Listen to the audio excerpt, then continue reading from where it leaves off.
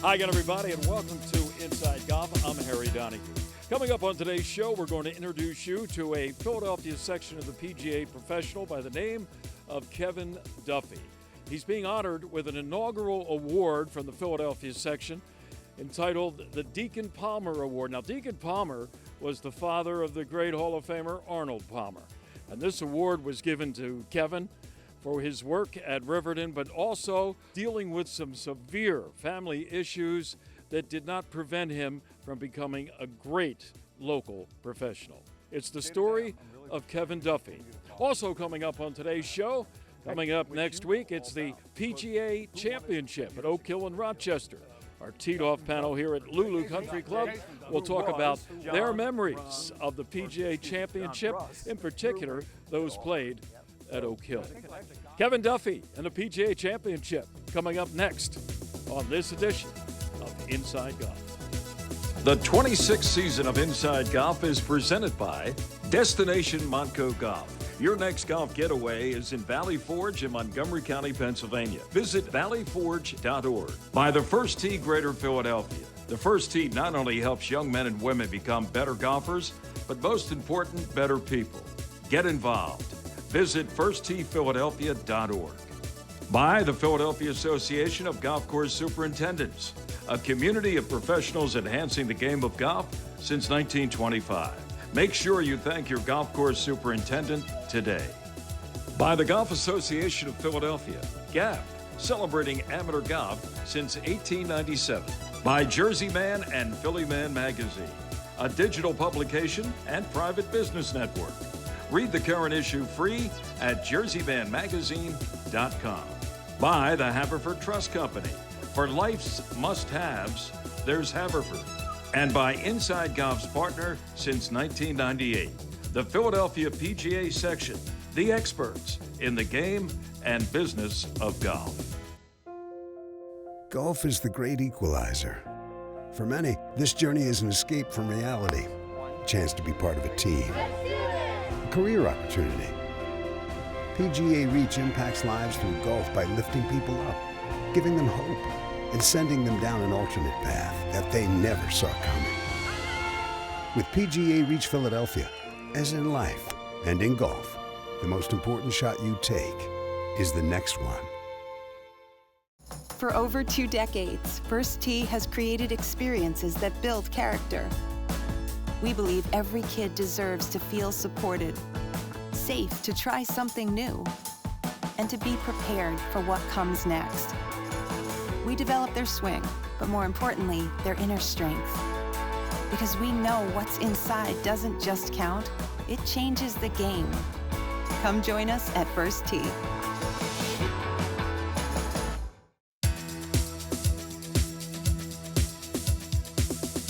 Welcome back to Inside Golf. Coming up on today's show, we're going to introduce you to Kevin Duffy in our Meet the Pros segment. Kevin, a member of the Philadelphia section of the PGA. For years, he was at Riverton. Now he takes over as the head professional at Commonwealth National. And here is his very interesting story that led him to be the first winner of the Deacon Palmer Award from the Philly section. Now, Meet the Pro, brought to you by Haverford Trust, where quality investing is a hole-in-one for our clients.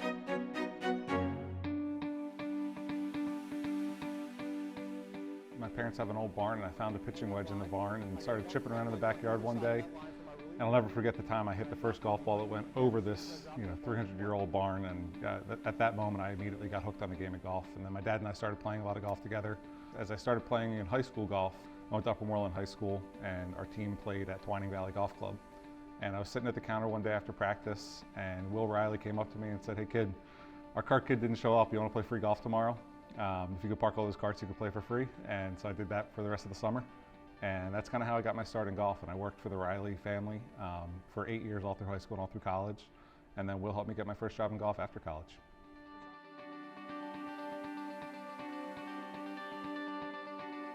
So I graduated college and didn't really know what I wanted to do. I graduated with a marketing degree and wasn't sure if golf was going to be my path or if the business world was going to be my path. And after going on some job interviews post-college, I just decided that that the golf world was for me. And so I had a friend who was the head professional at Riverton Country Club at the time, Jim Wilkes, and Jim brought me on took a chance on me to be an assistant professional for him. And I worked for him, and then I spent a little bit of time going down to Palm Beach. I worked at Mirasol, and then came back up to Philly Cricket, and then ended up at Old Marsh down back in Palm Beach for the winter. And then my wife at the time, or my girlfriend at the time, who we've been dating all through high school and college, she kind of said, all right, this long distance thing, is good and all, but let's figure it out. So I spent 6 years at Philly Cricket, and I did everything. I started in the bag room my first year there, and then moved up kind of through the ladder. I was a bag room caddy master, and then I moved in to be an assistant professional, and then the head professional at Militia Hill, and then the head professional at Wissahickon.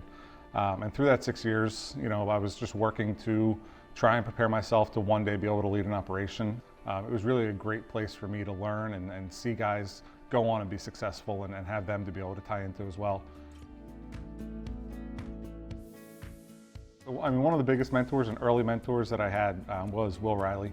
Will helped me, more than I knew it as a 14, 15-year-old kid who I didn't really know I was learning. I didn't really know what networking was at the time. I was just getting to meet, these great people in the Philadelphia section.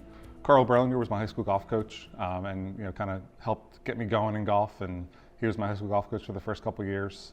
So Carl was obviously a great mentor, getting me passionate about the game of golf.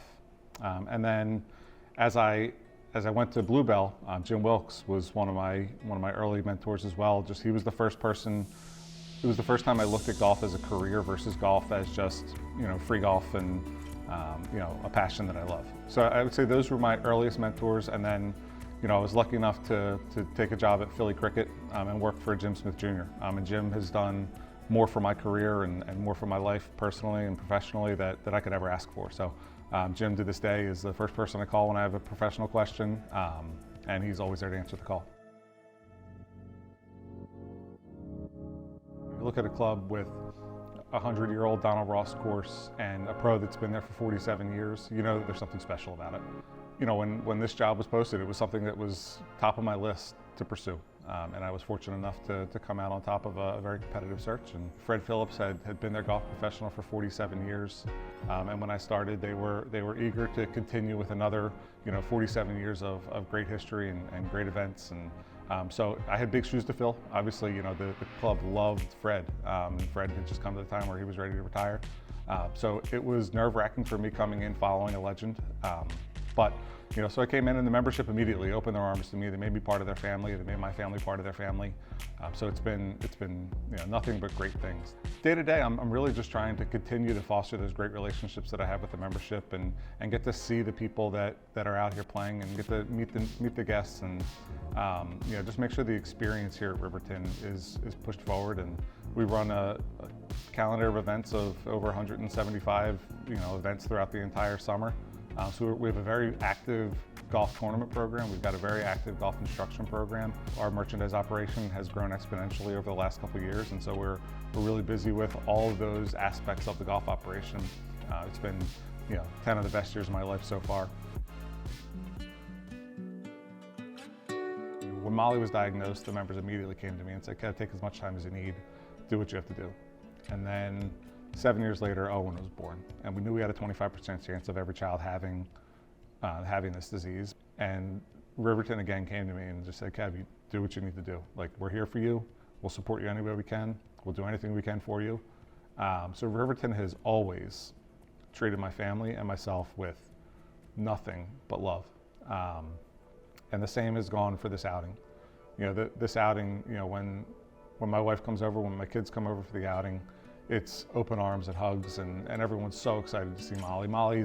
The highlight of Molly's year when she comes is getting to drive around on the golf cart and say hi to everyone, and all the golfers on the course love seeing her and high-fiving her, and so it's turned into an amazing family affair. The Riverton members here have been, they've treated me better than I ever deserve, and we'll be forever grateful for them. There's countless people that are helping us behind the scenes that never get the recognition that they deserve, and obviously they don't do it for the recognition, but man, they really, really deserve it for all of their hard work. All right, more to come on Inside Golf on the story of Kevin Duffy as he looks back at how the membership and the folks at Riverton Country Club helped him and his family deal with that significant family issue. The Golf Association of Philadelphia. Founded in 1897, GAP is the nation's oldest regional or state golf association. We serve amateur golf in Eastern PA, Southern New Jersey, and all of Delaware. GAP welcomes all golfers, junior or senior, male or female, public or private. Join the Golf Association of Philadelphia today. Our mission is always to preserve, protect, and promote the great game of golf. Before you tee it up, look us up. Visit gapgolf.org to find out more. The Valley Forge Tourism and Convention Board is holding its first ever Freedom from Hunger Drive in the spring. We normally hold it in the fall and we'll still be doing that, but we want to help the soup kitchens and food pantries all across Montgomery County recover from exhausting their resources over the holidays and get ready for the summertime when kids won't be in school for free and reduced meals. No one should have to wake up with the burden of worrying if they'll have enough to eat that day. So help us fight hunger together at valleyforge.org/hunger. For the Tourism Board, I'm Rachel Riley.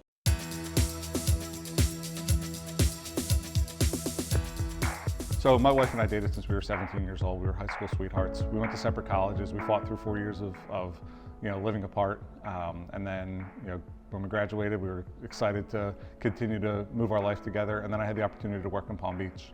And so that, 4 years of being apart turned into 6 years of being apart. And all through, she stood by my side knowing that golf was my passion. So then, we got married and decided to start a family. And, we'd spent the majority of our adult lives together at that point. And we were really excited to start a family. And so we went down that path. And when Molly was born, everything was great. It was a perfect child was born, and we were so lucky. And then slowly she started missing some milestones. And in the beginning, you talk to friends, you talk to family, you talk to coworkers, and they go, "Oh, don't worry, Timmy didn't walk until he was 12 months, 18 months, whatever." And so you kind of you start to look like, okay, it's okay, like she's just a little behind. By about 15 or 18 months, we started to really understand that something was delayed. She had been receiving therapy, but she still wasn't hitting the milestones that she should as a 15, 18-month-old, 2-year-old. So at that point, we did a process called the whole exome sequence, where they take a look at your whole genome and essentially look for typos. And they say, compared to mom and dad, where does Molly have a mistype in her genome? So through that, it took months to come back, 6 or 8 months to come back. And when we got that call, we got a call from Children's Hospital of Philadelphia. And they informed us that Molly was the first in the U.S. and one of 7 in the world diagnosed with a disease called hereditary spastic paraplegia type 47. SPG 47 is the short name of it. So when you get a call that your daughter's the first in the U.S. and one of 7 in the world, it feels like everything stops. It feels like you start to think about all the great things that you planned for when you find out you're pregnant, when you have a child, all the great the first steps, the first time you get to play golf with your child, and you start to realize that, wow, these things may never happen. So we had a great support network to get through, and we decided that if the only way to continue to move forward is to be happy. There was nothing that they could tell us. They couldn't tell us what to expect. They couldn't tell us that she'd be healthy or unhealthy. So we decided just to watch Molly and let Molly teach us. So at that point, we just kind of started to live our life again, and try and do everything we could to make sure Molly got every advantage she had. A couple months later, we met a family on a rare disease Facebook group, and I got a late night message from a woman out of Boston who just had a similar conversation with her doctors. Their daughter's name is Robbie, and they said, Robbie's the first in the U.S. and one of 7 in the world. And we're really sorry, we don't know what to tell you. And she immediately turned to the power of the internet, and we connected with this family via Facebook, and we spent hours, days, weeks talking to them. And we realized at that point that, with being patient 1 and patient 2 in the United States, that if we didn't do anything, there's probably not going to be a line of people looking to help us. So at that point, we started the nonprofit Cure SPG 47 with the goal of trying to find a treatment or cure for hereditary spastic paraplegia type 47. So a couple months go by, and we decided it was time we should meet in person. We'd spent a lot of time FaceTiming and Zooming and talking on the phone. So we decided to meet in person. So we had the opportunity to go up to Boston Children's Hospital and meet them. And we ended up in People magazine. And People magazine, it was a great spread, and from there, the local media started reaching out to us for a little bit of the story. And so we ended up on Channel 6 a couple days before Christmas. And at that point, my membership at Riverton still hadn't really known what was going on. It was just still something I was just keeping personal. And so at that point, my phone started blowing up. The members were lining up in my office, semi-angry, but more, how can we help, right? We didn't know this. We love you, we love your family. How can we help you with this? And the most obvious thing was to start a golf outing. We're in golf, it's what we know, it's what we do. And so the response for the golf outing was amazing. I run a lot of golf outings in my life, and we were really hoping that we could raise $50,000. It would have funded the first piece of research that we had just committed to. We had just committed to a gene therapy program for $200,000 a year with $0 in our bank account. So Molly was diagnosed in 2017, and then we were blessed with the birth of a son 7 years later. And we knew we had a 25% chance of every child having this disease, but Owen was, we had to give him a shot. We had to make sure that, he had every advantage that he could have too. So when he was born, he was healthy, he was happy. But because we knew we had this chance, we decided that we should get him tested. So we had him tested early on, a couple weeks into life, and 5 to 10 days later, we got that heart-wrenching news once again. And Riverton again came to me and just said, Kev, you do what you need to do. Like, we're here for you. We'll support you any way we can. We'll do anything we can for you. And the first golf outing, with the hopes of raising $50,000, we raised $227,000. So we now had 6 years of this golf outing. We've raised $1.5 million, and we've been able to single-handedly fund both a gene therapy program and a stem cell research on small molecule treatments. So it's been an amazing journey. We're optimistically, and knock on wood, we're within a year or so of being able to dose our children with one of these drugs or both of these drugs, and significantly have an impact to slow down or halt the progress of the disease.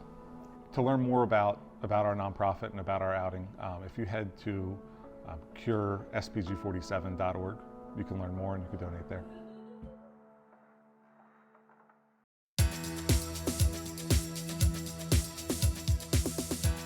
Welcome back. Inside Golf continues. We're on the back deck at Riverton Country Club in Upper Dublin, overlooking, today are actually trying to qualify for the BMW Gap Philadelphia Amateur Championship that's going to be held in June. I'm talking to this guy. We'll get to Oscar Mestre in a moment, but first we want to introduce Mike Brown. Mike Brown is president, First Tee of Philadelphia, coming off a big outing at the First Union's Tarsdale Club.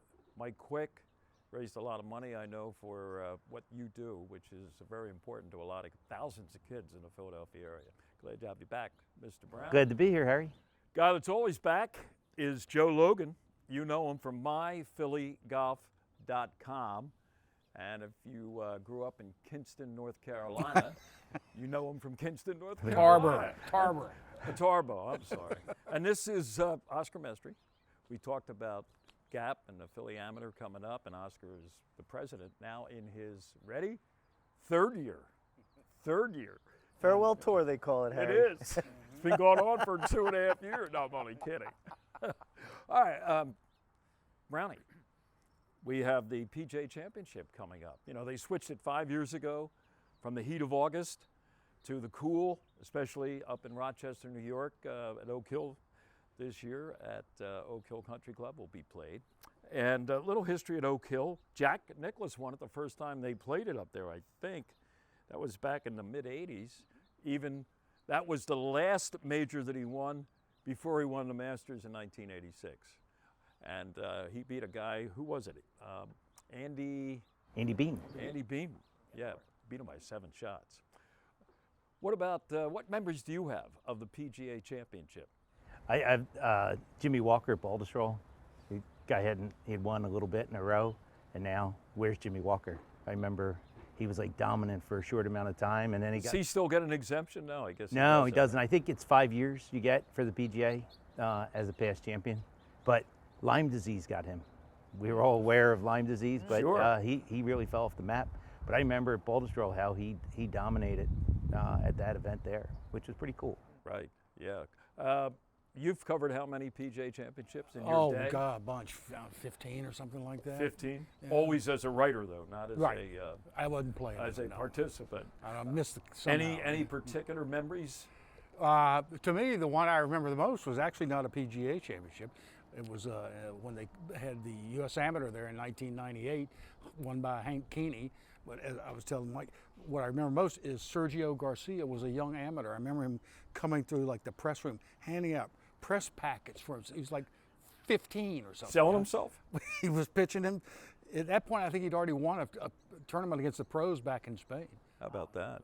Yeah, it was interesting. Pretty interesting indeed. Oscar, you must have some memories of just Oak Hill, right? How many times have you played there? Never. Never. Never. How many Genesee beers have you had in your life? I have more than you've played at Oak It's Hill? been a while, but I have had some Genesees. Okay. Well, how about then talk about previous championships played there?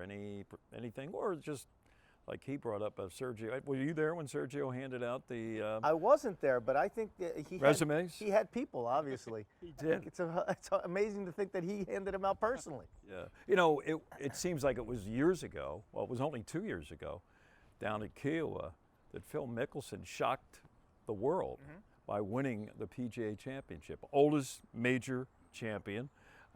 Is it possible we see? I don't know who's old now out on the tour. Some 25-year-old. Yeah, I mean that was maybe a shot heard around the world, don't you think? I 2 years agree. ago. And he actually gave people quite a something to talk about at the Masters this year, right? I mean, he second place. Yeah, I mean, so he came out of nowhere there. Now I think that it'd be hard to expect someone not named John Rahm to win this year. Really? Yeah, I think John Rahm. You gotta like John Rahm. I think Scotty Scheffler or. You're not just being a front runner. Well, no, I mean I just just think they're hot. They're good players. They're very good and they're hot. And momentum and confidence makes a big difference in this game.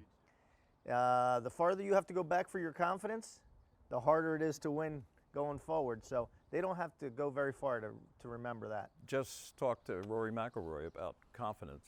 We're at Lulu. John Rust, of course, is the main guy here. And John Rust has a special connection to Oak Hill, Right. which you know all about. Because who won it 10 years ago at Oak Hill? Justin Duffner, or Jason Duffner. Jason Duffner. Who was Who John was Rahm's, John Rust's roommate at Auburn. Yep. So I there's a think connection. like the godfather of one of his kids, maybe. You're correct. You're correct. Here's a trivia question. In that 10 years ago PGA Championship, there was a pro who, after 2 holes, realized he had 1 extra club in his bag. He got penalized 4 shots. He finished for the 4 rounds 5 over, missed the cut by 1 stroke. Who was it? Come on. He was an old Ryder Cup guy that lost, I think. He played, I think, on 1 Ryder Cup. He fell backwards into the water one time. Yes. And everybody made fun of him. Come on, you know who I that can't was. think of his name. Woody Austin? Woody Austin. And for that, you get a Woody Austin bobblehead doll. Way to go. Brownie. Thank you. Good trivia. I gave you an extra hint. There was an extra hint. When he fell in the water, I knew who that was. That was it. That was the splash. He came back with a President's face Cup. mask Needed the to next know. time. We'll be back. More of Inside Golf in just a moment. Designed by Donald Ross, Lulu Country Club is one of the premier private golf courses in Montgomery County. This classic 18-hole course boasts a new state-of-the-art clubhouse with many amenities for members to enjoy. Members are invited to play in events, tournaments, and enjoy guest privileges. For more information, contact membership at lulucc.com. The Golf Association of Philadelphia. Founded in 1897, GAP is the nation's oldest regional or state golf association. We serve amateur golf in Eastern PA, Southern New Jersey, and all of Delaware. GAP welcomes all golfers, junior or senior, male or female, public or private. Join the Golf Association of Philadelphia today. Our mission is always to preserve, protect, and promote the great game of golf. Before you tee it up, look us up. Visit gapgolf.org to find out more.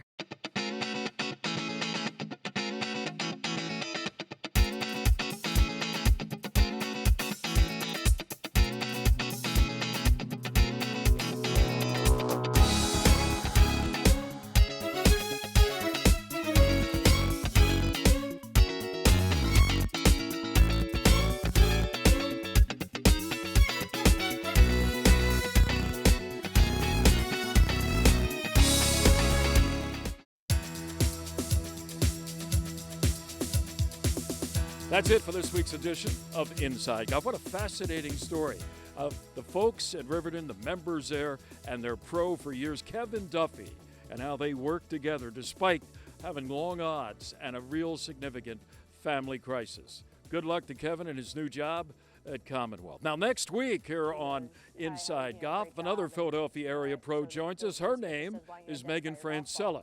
She is a golf instructor at Philadelphia Cricket Club, and she has quite a history. She played on the LPGA Tour. In fact, her only win on the LPGA Tour came in a 4-hole playoff against Annika Sorenstam.